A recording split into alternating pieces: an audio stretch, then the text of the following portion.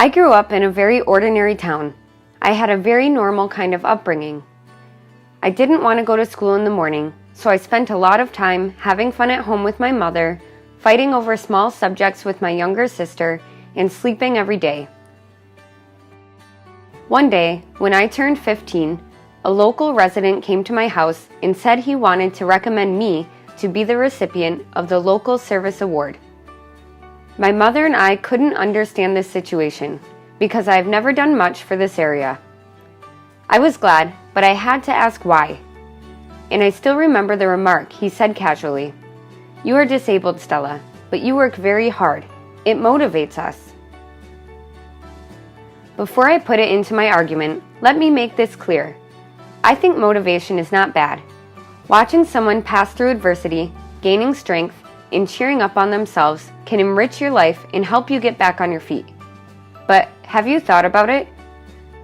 Those who motivate many people. I'm not talking about famous CEOs. I'm not talking about respectable people.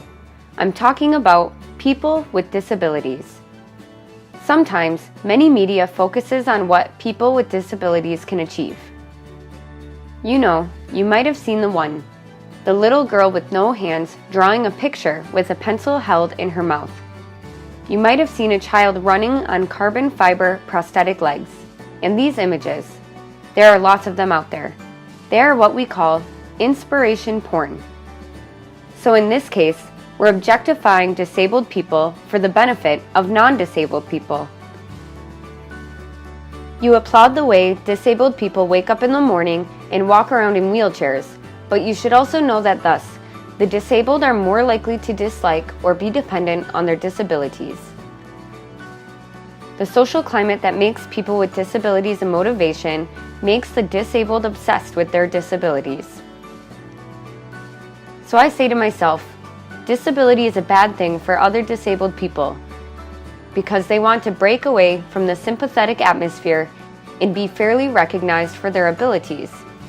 I sincerely ask you to think this way. Everyone has disabilities. Just because your disability is mild, don't treat it any differently. Don't overestimate their achievements because they are disabled. The disabled artist is also a painter, and the disabled athlete is just an athlete.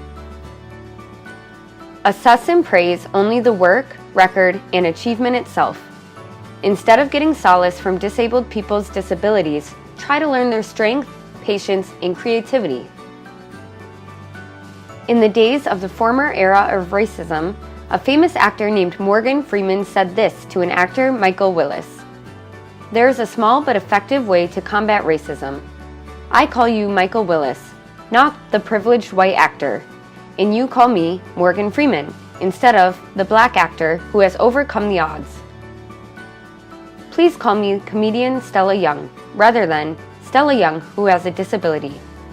It is a small but significant first step toward a world where people with disabilities are not discriminated against."